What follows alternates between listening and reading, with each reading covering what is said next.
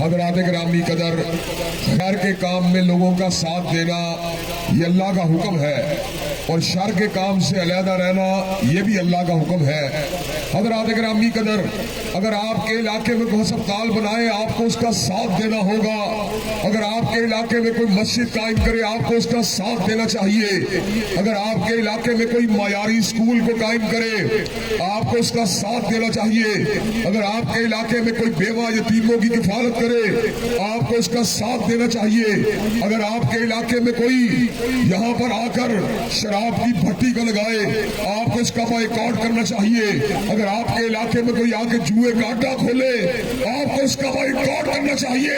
اگر آپ کے علاقے میں کوئی گندی فلموں کو چلائے آپ کو اس کا بائیکاٹ کرنا چاہیے۔ حضرات گرامی قدر، آپ خود موازنہ کر سکتے ہیں، ایک طرف ہم ایسے گناہ گار لوگ ہیں جو عرش کرب کی حاکمیت کی بات کرنے والے،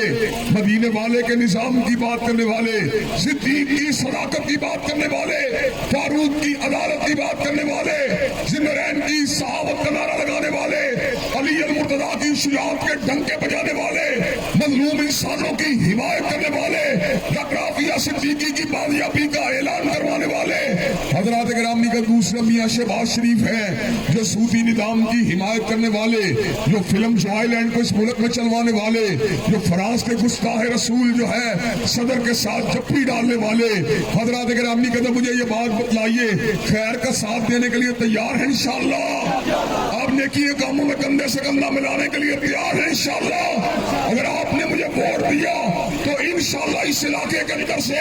ظلم کو مٹا دیا جائے گا، تھانہ کلچر کو ختم کر دیا جائے گا، جاگیردارانہ تسلط کو انشاءاللہ مٹا دیا جائے گا، اور علاقے میں اللہ اکبر کے نعروں کو لگا دیا جائے گا۔